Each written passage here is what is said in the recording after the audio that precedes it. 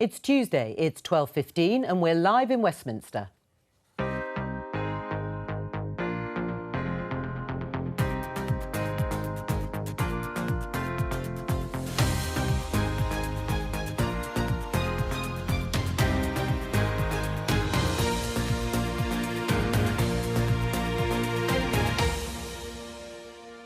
Joining me today, Conservative MP Ben Bradley, Shadow Cabinet Office Minister Jenny Chapman, former Director of Policy for the Labour Party Andrew Fisher and GB News presenter Inaya Folarin Iman.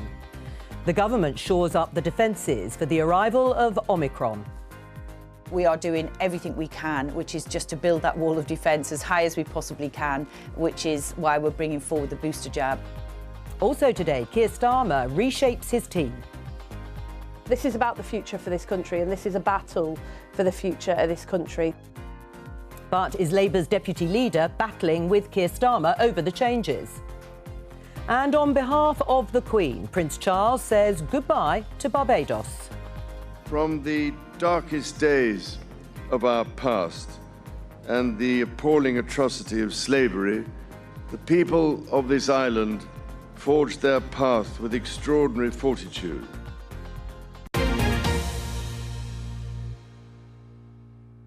So new restrictions have come into force today in the early hours to combat the spread of the new variant Omicron. It includes in England mandatory mask wearing on public transport and in shops, and across the UK tighter travel restrictions. Let's just show you this story in BBC News, one of the most read this morning in response to news about Omicron. We've had 20 cancellations in one weekend. That's the news that Christmas parties are being cancelled while people are unsure of what is going to happen over the next few weeks, amidst advice from people like Jenny Harries, the Chief Executive of the Health Security Agency, saying people should only socialise when necessary. My question to start the programme with the guests, Ben, with you first of all, is that an overreaction, cancelling Christmas parties and other social occasions when we don't yet know the full impact of the new variant? Well, I think the whole point of these new measures is to figure this out and what this new variant means in practice. But clearly, individuals all have their own views on their willingness to go out and socialise and how comfortable they feel. So I think that's an individual choice. Right, how do you feel? Are you going to go to Christmas parties? I hope so. I certainly intend to. So you're not cancelling them? I'm not cancelling mine, but, you know, as I say, it's up to individuals really to judge what they think is the right thing for them and their own personal view. Throughout this whole last kind of 18 months, we've all had different levels of thresholds, haven't we? But Gillian was right in the VT earlier on. We just need to take this time and build the wall, as she put it, just to give us a chance to understand the new variant and what the implications might be in the run-up to Christmas. Have you taken any action yet, Jenny, or are you thinking no Christmas parties this year? I'm not thinking that at the moment, but like everybody else, I'm waiting and watching. We all remember the horrendous scenes last Christmas of being told, you know, you're having a Christmas, and then those awful scenes at train stations as people desperately tried to get home. There are some things the government could have been doing, I think, a bit quicker, like mask wearing in retail and on public transport. That isn't, you know, an impediment really. That could have been quite easily implemented. And now perhaps they should be looking at testing before people board to come to the UK rather than wait until they get here to test them. So there are things that, you know, we do need to get some more information, and we need to know exactly what we're dealing with. And it is, you know, quite refreshing actually to hear scientists say, look, we just don't know yet. And let's be open about that with the public. And are you going to go to any Christmas parties this year if you're invited? Yes, absolutely. I'm not going to be cancelling any plans. And I think that actually when the government introduce more restrictions, like say that we need to have mask mandatory or travel restrictions, and that does create a kind of culture of anxiety and fear in some sections of the public, to which they then take these measures. And I do think that at some point we do have to kind of recognise that we can't have this reoccurring thing where we make plans and everything gets cancelled. And there is this sense that we're back to square one. So I do think the government, you know, making those measures actually does contribute to that sense of anxiety amongst some people. Andrew, have you cancelled anything that you had planned to do over the next few weeks or before Christmas? I haven't yet, but I've been quite cautious throughout this, and I think a lot of people have, and that's reflected in the people cancelling their Christmas parties. And I think that's a reflection on the government's mishandling of the COVID crisis throughout. Look, we've had 145,000 deaths. I think that's the highest death toll in Europe.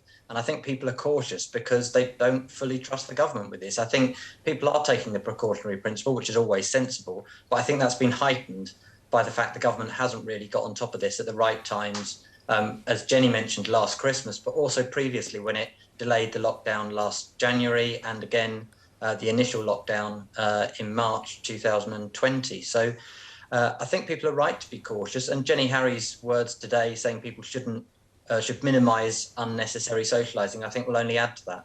Right. I mean, both, well, perhaps to all of you, number 10, I'm being told, is actually saying there is no reason to cancel Christmas parties. We also heard the First Minister yesterday, Nicola Sturgeon, reassuring people that if they did their bit, if they complied with the existing restrictions, then there could be a normal Christmas. But what do you say in response to what Andrew said? It's the mishandling by the government that's actually led people to be cautious or to cancel.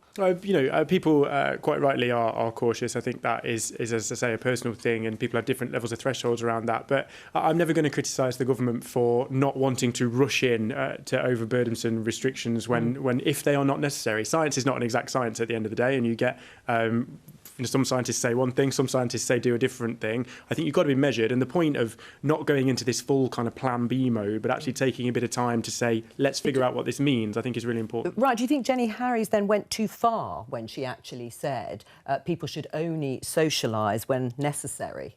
Well, I think she obviously has a view. She's entitled to a view. Well, she's got an important view, though, hasn't she? But that's not what the press conference, the PM, Saj and the kind of chief scientist said last week in their press conference. In fact, number 10, is kind of playing that down a little bit. So I think there will be a variety of views. That's absolutely understandable. But it's for us all to kind of be sensible, really, over the next few weeks. I think one of the difficulties that the public and the government have is this breach of trust that we saw last year. And people remember that. And they know what they were told, and they know they had to change their plans. And so for some people, that was devastating. They know that people should have been wearing masks a little bit sooner than they've been asked to. And they know when they look at their TV screens that you've seen senior Conservative politicians particularly, but not only them, failing to do the responsible thing and wear masks. And these things, it's a breach of trust with the government. And I'm not surprised that people are now sort of taking the risk management into their own hands. And you may say, that's what they ought to be doing. But actually, the government's got a job here on behalf of the nation to show a little bit more leadership. A lot more leadership, in fact. The government's got a job to advise and to do the science and to explain what measures are brought in and why. And I think Chris Whitty said last week that the public have been pretty good when it's been laid out in detail. This is what we want to do and this is why we need to do it, at actually doing that and getting on with it and being responsible. But as I say, I'm not going to criticise government for not wanting to fly into massive restrictions, because the truth is, and they've been quite honest, we don't know what the impact of this new variant is yet. Right. So, I mean, I do worry sometimes substituting what is a political view for what is a scientific view. I mean, there are many different views from scientists, and the role of government is to triangulate all of those views and take into account a range of different things and come to a decision. And I think there is no such thing as the science, as this singular entity that we follow. We have to be able to make political judgments, which is separate. Right, the restrictions are being voted on this afternoon. Are you voting for them? I will be, yeah. Yeah, are you comfortable with them? Yeah, on the basis that, I think they are measured, not actually preventing people from doing anything at this stage. We're just taking those precautions.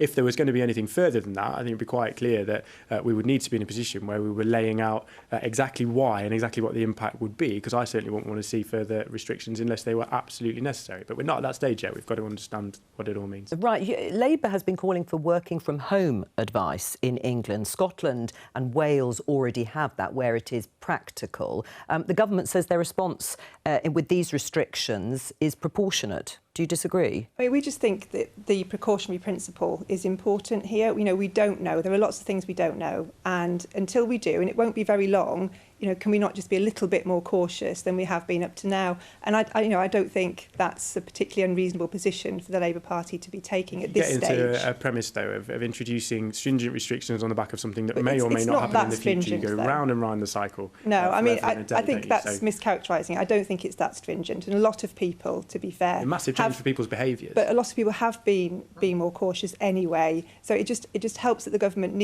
at these points, and there are throughout COVID, there have been particular points where we need clear leadership, and too often, I'm afraid, that hasn't been forthcoming from the government. Andrew, were you trying to say something?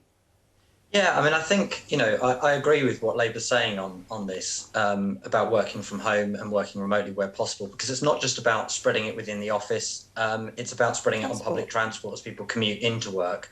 But But also, we shouldn't lose sight of the fact that the case rate in this country is very high at the moment. And this is before we know if this latest variant is going to really take off in the way the Delta variant did, for example. So I think it's right to be cautious. This is the time of year when the NHS is under the greatest strain anyway. We can already see the waiting list, the bed occupancy within the NHS.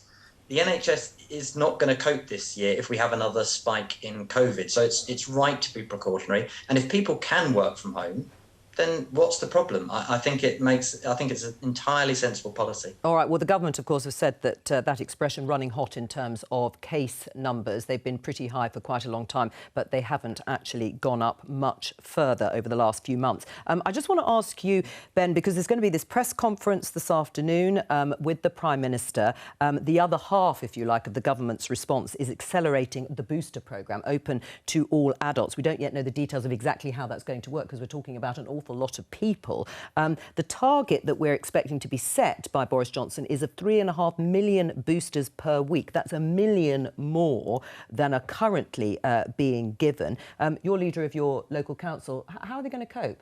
It's a huge logistical challenge, but we've still got those vaccine centres up and running. There were lots of people who popped up over the course of the last year, independent pharmacies and others who've been involved in rolling those out. So we'll get that advice from the Prime Minister later. But absolutely the right thing to do. I think when ministers have talked about buying a bit of time, with some of these smaller measures in the first instance, it's about being able to get those boosters done. I'd encourage everybody to go in and get it as and when they're offered it. I think it seems to be still our biggest defence against all of this. All right, well, let's talk about the Labour Party, because there was finally a quite significant, or very significant, reshuffle. We sort of waited all day after having been told and breaking the news on this programme, Politics Live, that a reshuffle was underway of Keir Starmer's top team. Let's just show you some of the big changes, big promotions there for David Lammy. You can see there who's become Shadow Foreign Secretary. Yvette Cooper back in the Shadow Cabinet as Shadow Home Secretary to face Priti Patel, and Wes Streeting there as Shadow Health. We're joined by Sienna Rogers, editor of Labour List, and I must say there were lots of other changes. Almost everybody, in fact, apart from the Shadow Chancellor, was changed, Sienna. Winners and losers? So, in very, very broad terms, basically the Labour left is almost entirely gone from the Shadow Cabinet. There are some on the kind of front bench, those junior shadow ministerial positions, but we don't know what the new front bench is going to look like in its entirety, all those kind of shadow ministerial ones. The soft left is definitely weakened. The middle of the party, which is where Keir Starmer really comes from in the parliamentary party. And then the Labour right has definitely been strengthened. So, I mean, when Keir Starmer he came up with his original shadow cabinet, he was definitely promoting the kind of quietly competent, the people who are kind of Fabian-like, who, were well regarded, clever, but not exactly media favourites or kind of Westminster stars, people like Annalisa Dodds and Nick Thomas-Symonds. So now he's brought up people like Yvette Cooper, who obviously is very well known and does get media attention for the things she says and the way she approached her role as the Home Affairs Committee chair. And then you've got, people like Kate Green going down. Ed Miliband has his brief has halved. Yeah. So I think in broad terms, those are the kind of winners and losers from this reshuffle, which was really extensive. I mean, as you say, hardly anyone has the same job as they did before. Right, but the choreography didn't clearly go as planned, or if it did, it was extremely bizarre, because it seemed that while Angela Rayner, the deputy leader, so obviously second important figure next to Keir Starmer as the leader of the party, didn't seem to know it was actually going on or happening when she was asked while giving a speech yesterday. What did you make of that? Yes, I mean, it was quite extraordinary to see that. So the last reshuffle that Keir Starmer did earlier in the year, in May, we had really bad timing because results were still coming in from those local mayoral elections. And there was this big row over Angela Rayner, an attempted sacking of her, basically. And it seemed as if she was being blamed for those results as they were still coming in.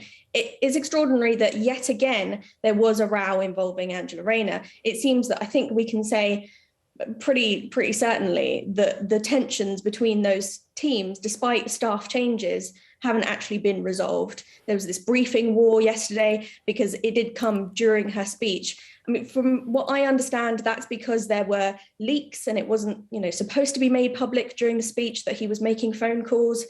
But just the fact that that was happening and the fact that there is so much kind of suspicion of each other and tensions there, it's not good. Right. Well, Sienna Rogers, thank you very much. Jenny, what went wrong yesterday? I don't think it did go wrong. What, the fact that the deputy leader didn't actually know, or said she didn't know? Did she what? know? I've been coming on this show talking to you about... I'm trying to find a polite word to say this and I can't quite do it. It's lost me. But about issues in the Labour Party for a long time. Yesterday was not an issue. Yesterday there was a really good reshuffle. It's not an issue that the deputy leader of the Labour Party, Her Majesty's loyal opposition, doesn't know that an extremely significant reshuffle of the top team to take on the Conservative government and Angela Rayner is completely in the dark, or at least appeared to be. I've just come from a meeting with Angela Rayner and Keir and the rest of the Shadow Cabinet, and it was good. That team is energised, it's fired up, it wants to govern Britain. They are credible people who've got a job to do. They are not going to allow a little bit of briefing tension on a day of a reshuffle, which happens, let's be realistic, to sidetrack them and put them off their job that they are very, very keen to get going on. Andrew, your thoughts? Well, on the Angela Rayner stuff, I mean, I think the issue is less whether she knew about it or was consulted on it. It's more that the fact that she was booked in to do a kind of major speech. She's a prominent member of the Shadow Cabinet. She's the deputy leader of the party, the Shadow Cabinet Office Minister. She's making a speech about one of the big issues of the day, the sort of Tory sleaze and the rules that govern Westminster.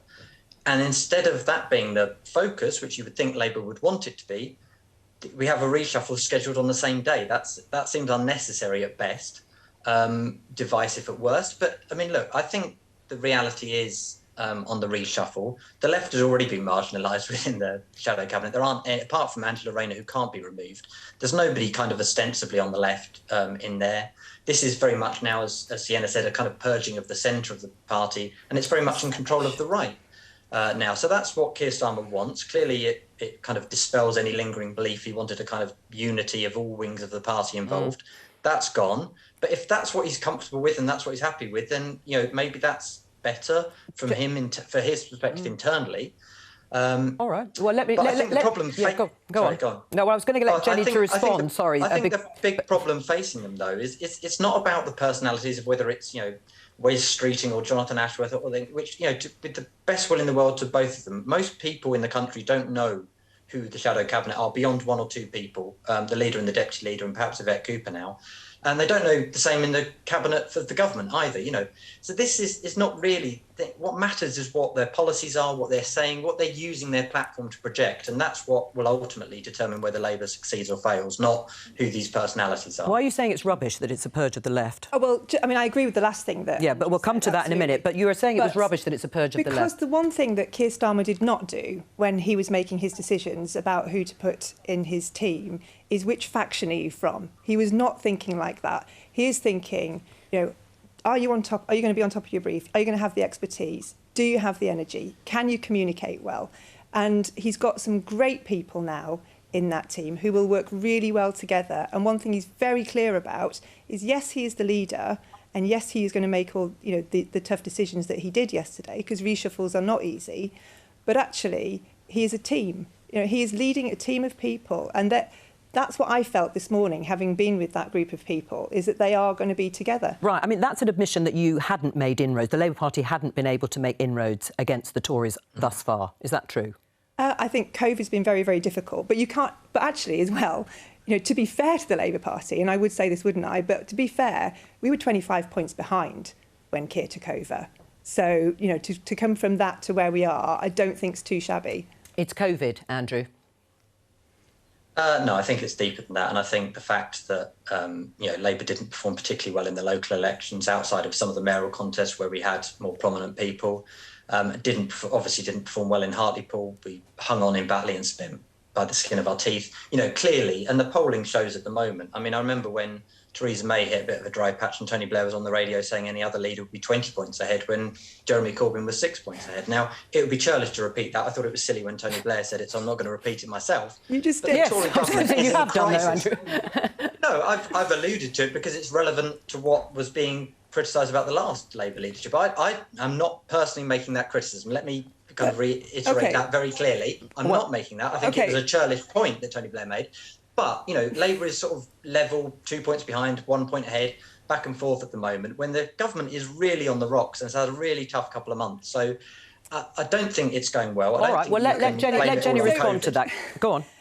I mean, Andrew knows that you don't change these things quickly. It's not like flicking a switch. You don't just say, hey, we've got a really nice new leader now, everyone's going to vote Labour. It doesn't work like that. The damage that was done to the Labour Party is deep, and it's going to take some time, and we respect that. We have put on 25 points in the polls. If you want to talk about polls, I don't think any other I don't think any other party has achieved that in that time frame. And we've had the pandemic to deal with, and we haven't been able to get our teams together as well as we should have done.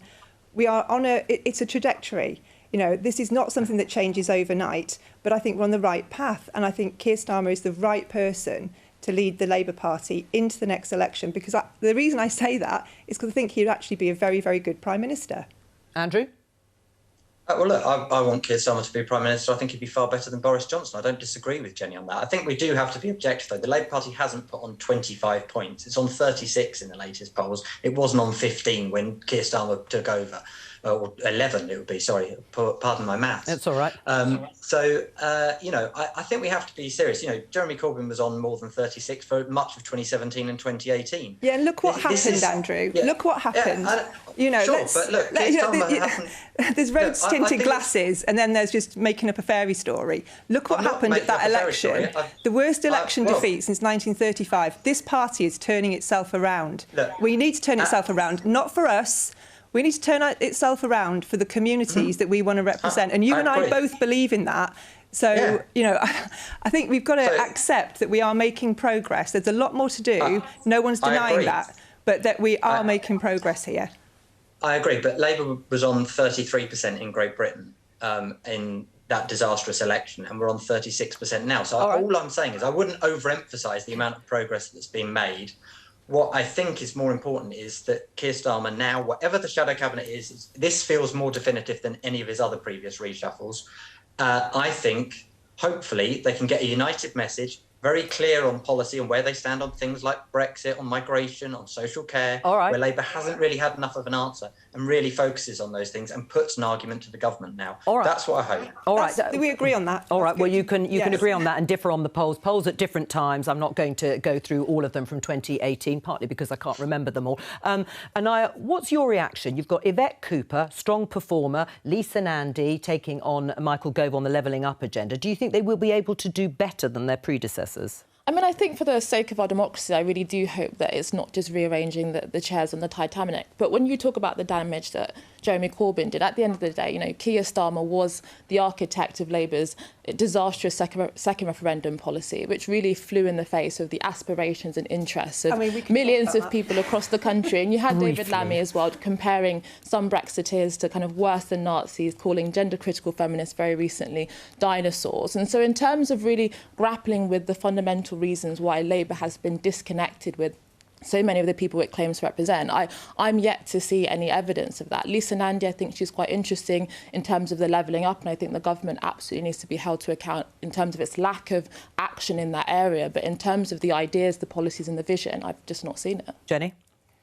I mean, which bit? You know? Well, in terms of... I mean, what's going to be the material difference? If you were going to pick one thing in terms of policy, Anaya and Andrew have mentioned it, what is going to change that is suddenly going to raise the Labour Party in people's minds on a policy issue? Let me give you one, for example, on small boat crossings. Without getting into... You know, what will change?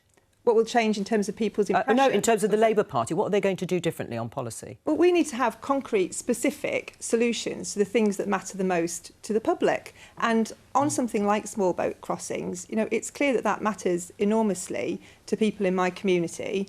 And they are looking at what the government's done. They're looking at the fact that Priti Patel's let more people cross in small boats than she has in her constituency.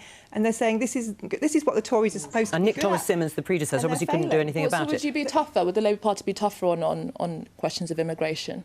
But we would have specific, practical things that would actually work. What we wouldn't be doing is going around making grand promises that then clearly, demonstrably, on every measure fail. All right. That's what the government's doing. Well, as with every politician and policy, we'll be scrutinising it, of course. Let's talk about something different, which is in The Times. I'll show everyone this headline. Andrew, its MPs would have to promote respect and diversity under SLEA's rules. These are the latest proposals, or part of the latest proposals from the Standards Committee as part of their recent review of the Code of Conduct in the wake of the Owen Paterson case and the government's call for reform. And it says in one of the recommendations that MPs should demonstrate anti-discriminatory attitudes and behaviours through the promotion of anti-racism, inclusion and diversity. Good idea, Ben? No, I mean, can I just say that I really enjoy sitting watching Labour being all well, all right, we have falling out with each other. It's a great place to be. Yes, well, this is not supposed to be a blood sport. Right now, answer that. Answer that question. I think, and this is really challenging. Firstly, this is supposed to be a principle, not a rule. Who enforces these things? How does all of that work? Obviously, anti-discrimination or not being discriminatory is already in the law, and we all follow that law. Although that law is very often misinterpreted, the Equalities Act, and what that really means. But that language in particular, that anti-racism, as opposed to just not being a racist, or unconscious bias, and the kind of concepts that they're talking about in this discussion are highly political. They're words and phrases that have been captured by people with a specific view. And the idea that all MPs, if the expectation is that I am going to have the same view or promote actively the same view on diversity, for example, as colleagues on the other side of the House, and that's just not going to happen. So we do need to be very careful about the way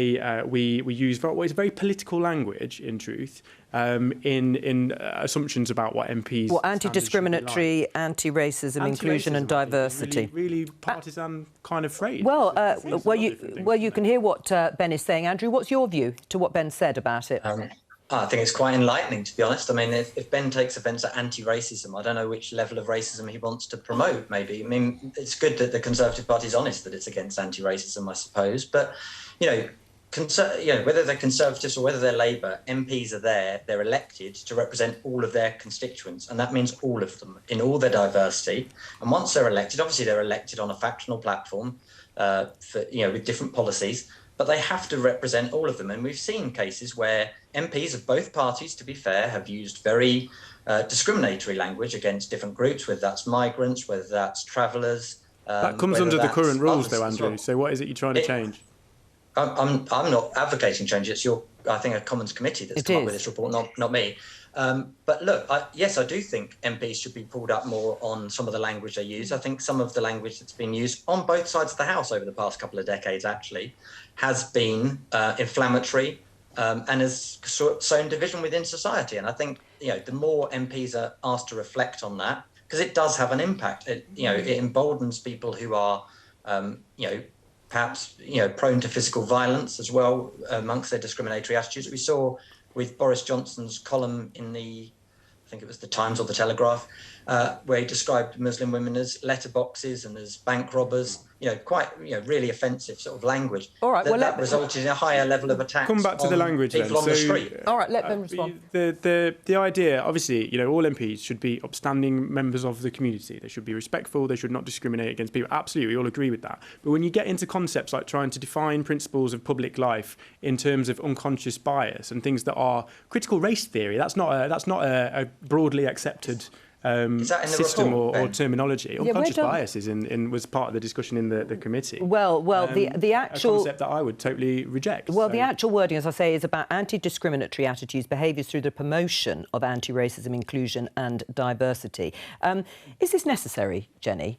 Is it necessary to have that? I mean, one MP, anonymously, said, actually, I hope there's no need for this. It's basic decency.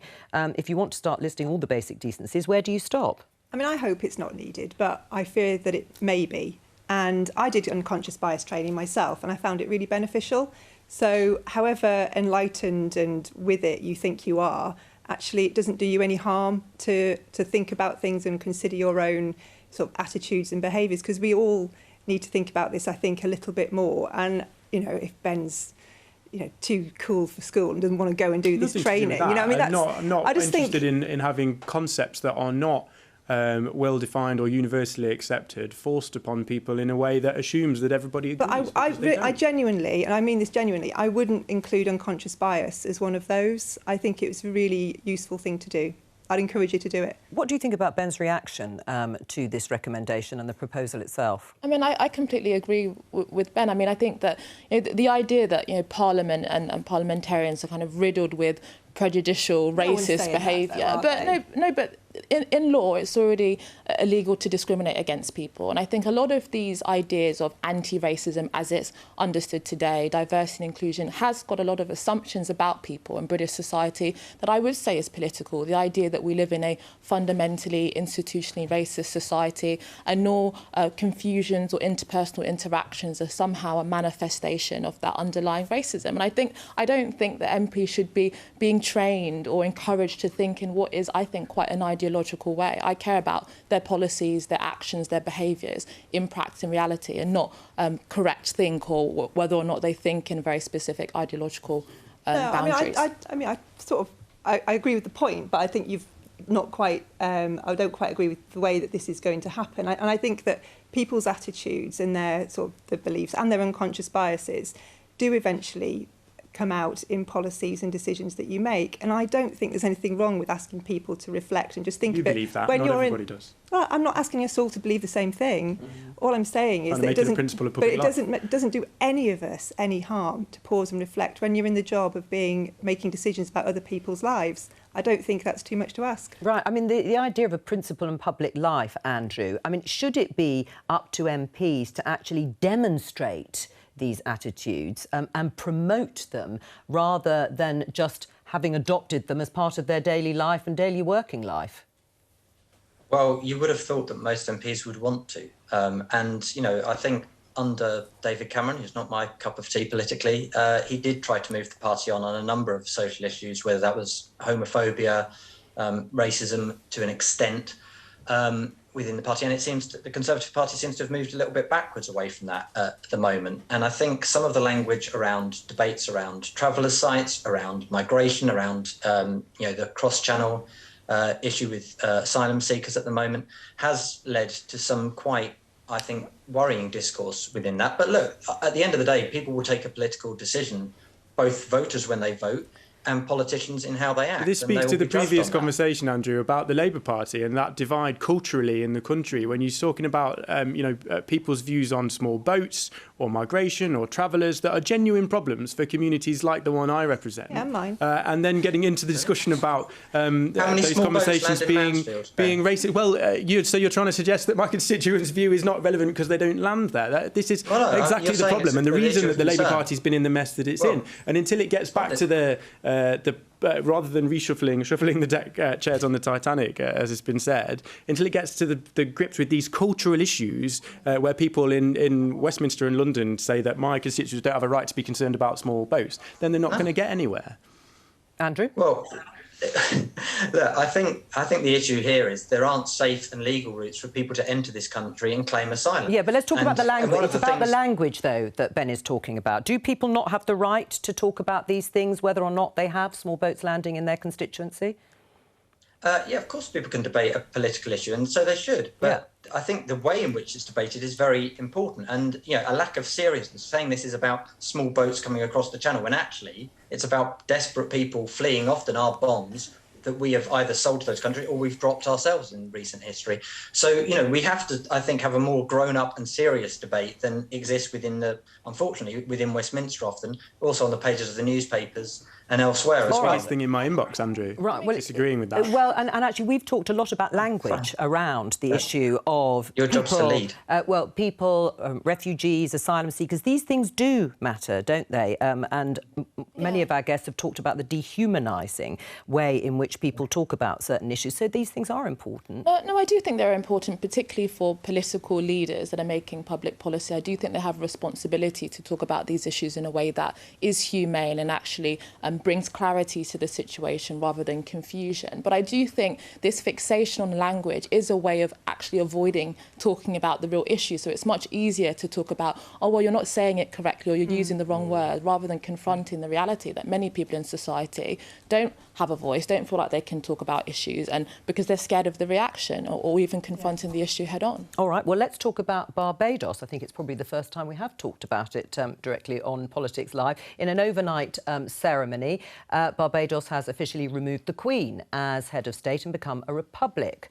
For more than 200 years, the island was a hub for the transatlantic slave trade, which is something that the Prince of Wales acknowledged in his speech during the ceremony. Let's have a listen. From the darkest days of our past and the appalling atrocity of slavery, which forever stains our history, the people of this island forged their path with extraordinary fortitude. Emancipation, self-government, and independence were your waypoints. Freedom, justice, and self-determination have been your guides. Prince Charles there. Andrew, is this a moment to rejoice or regret? I think rejoice. I think the fact that the Prince of Wales, I mean, I'm in favour of abolishing the monarchy here as well. You know, nothing personal against any of the individuals in the monarchy, but thanks for that disclaimer. Perhaps one or two exceptions to that, actually. But you know, by and large, it's not about them; it's about the institution. I don't believe there's a family ordained by God to rule over us. But actually, I do think it's significant when Prince Charles says that slavery was a stain upon our country. That is quite important. You know, when I went to school, which is 25, 30 years ago now, was never taught about the British Empire or slavery particularly. So I do think it's important that there's this sort of acknowledgement now that it was a stain on our country. And that leads into the debate we've had about statues and so on, which again is a bit of a proxy for the real debate on these things as well. But it does reflect that we have to come to terms with our past as a country as well, our colonial past, our history involved in the slave trade for 200 years. So, you know, congratulations to Barbados. They should be an independent country with selecting their own head of state, as they now have. And I think that's a great thing for them. Anaya? I mean, the idea that no one has acknowledged slavery and its wrongs and have fought against racism before Prince Charles made this statement in the last few days is just not really accurate. Actually, there's been movements throughout the 20th century that have kind of challenged racist ideas and got us to think about, you know, the legacy of different traumatic and horrendous things that went throughout history. But I think what's happening right now is very different. It's kind of trying to teach a narrative of cultural self-loathing, which I actually think, you know, is often very divisive. And I think that when it comes to the situation with Barbados, I think every country has a right to, you know, decide its future. And I think that this country is doing that, and that's fine. But I wouldn't necessarily say if a country chooses to keep the monarchy, whether that's Australia or New Zealand or Canada, that somehow they're not confronting the legacy of the past. I think it's down to those countries, and I welcome that for them. Andrew? Well, I think Australia and the other predominantly white countries have a slightly different history as well. But I wasn't saying that Prince Charles is the first to acknowledge this. I was saying it's significant that somebody in his position has acknowledged it and said it. I mean, I may be wrong, but perhaps I'm not sure the royal family have said anything quite that clear on this before. And I think that's important and it's significant.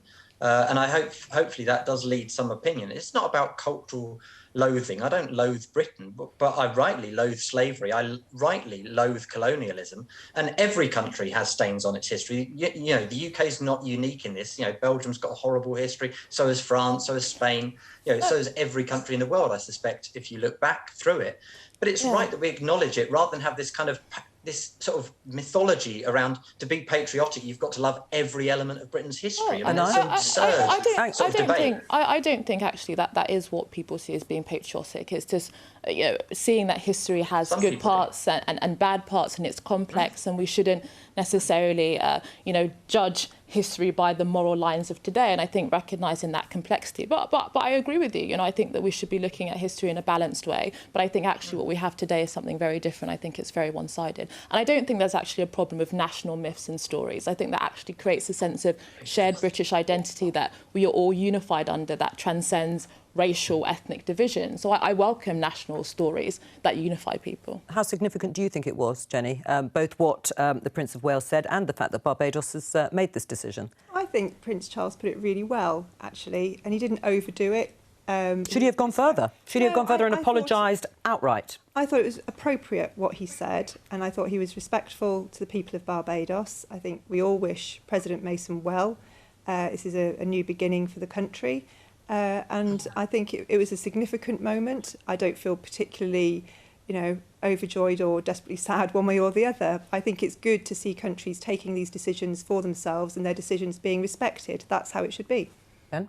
Yeah, absolutely. I think Prince Charles is right. I agree with everything that I said over there. But really, for me, it's one of those, it's almost a very British kind of democratic principle, isn't it? Exactly. That they should have that ability to choose for themselves. I think that's the right thing, and good luck to them, really. I mean, in terms of loosening of ties, which you could view it in that way, Brexit, of course, was supposed to strengthen ties, wasn't it, Ben, between the UK and the Commonwealth? Do you think this is moving in the opposite direction? No, and it's been pretty clear also from the royal family in the last day or two that they intend to have a very strong relationship and friendship there still. We've obviously moved much closer to many of our Commonwealth colleagues, not least Australia and New Zealand that have been mentioned, Canada, America, although not a Commonwealth country, obviously. But we're building those ties around the rest of the world. And we'll continue to do that. I mean, how somebody chooses to govern themselves is not the same as how you have a day-to-day relationship. Jenny? I mean, there's not a lot to disagree with, to be honest. But there was quite a lot made during all the years of Brexit argument. Oh, I see, about trade. Yes, about trade, about enhancing and improving our ties with Commonwealth countries. Quite rightly, Barbados is not leaving the Commonwealth in that sense, but perhaps there is a sense of pulling away in some way or loosening. I mean, I don't think you need to be in the Commonwealth to be having a good trade deal with the UK. What I think matters now is that we make Brexit a success. We've got to make this work. It's happened. We desperately need to get some good trade deals to support British industry. So far, the trade deals have been pretty weak and pretty thin and actually quite detrimental to some sectors. We've got to do better at that. We need to get, the UK needs really good trade deals with, many, many nations across the world. And whether or not you're in the Commonwealth, I think that may have been an argument pre-Brexit, but now we're in it for real. It's more important than that. We have to get these deals for our economy. Andrew, would you like to see more former British colonies do what Barbados has done and become republics? I'd like to see the UK become a republic. Yeah, I know, we know that. And that's all I have the authority to speak for. Look, it's up to those countries what they do with their constitution. I think it's a complete anachronism that in 2021 the UK still has a constitutional monarchy, the House of Lords, which is an entirely sort of body of patronage. I think we really need to modernise our own democracy and look internally rather than worry Jenny about thinks that's a cliche. Commonwealth countries. Go on. Oh, I don't know. You just remind me of my dad in the 1980s. That's such a bad thing. I mean, I'm all for reforming the House of Lords, but I think the monarchy do a really good job. And I think if you tried to win an election on the basis of scrapping the Queen, you'd be talking about it. I didn't say that. And look, as I said earlier, I think most people regard the Queen as quite an outstanding public servant. Absolutely right. That's a different matter. I mean, you can pick other members. Prince Andrew perhaps doesn't live up to those standards, but I'm not talking about the individuals. I'm talking about the institution itself. All right. This idea of a family ordained by God to rule over us. No one says that. I thought Prince Charles's statement was fine, but one of the things I do worry about is that some of these statements end up substituting real material things for many countries in the developing world. So we know that they're not vaccinated. We know that they still struggle when it comes to debt relief and things like that. If we are going to be thinking about the past and our relationship, then I would like to see more material improvements when it comes to the developing world, not just speeches about kind of history and identity. Yeah. UK is a republic, Ben? Definitely not. I think you come back Quelle surprise! You come back to the conversation before about those national stories that bind us together. I think in many ways the Queen, the royal family, things that we respect and celebrate is one of those things. All right, well, that's all we've got time for. You can hear the music. Thank you to all of my guests today for a very stimulating, interesting programme. I will be back tomorrow. It's Prime Minister's Questions, the earlier time of 11:15. Please do join me and my guests then. From all of us here, bye-bye.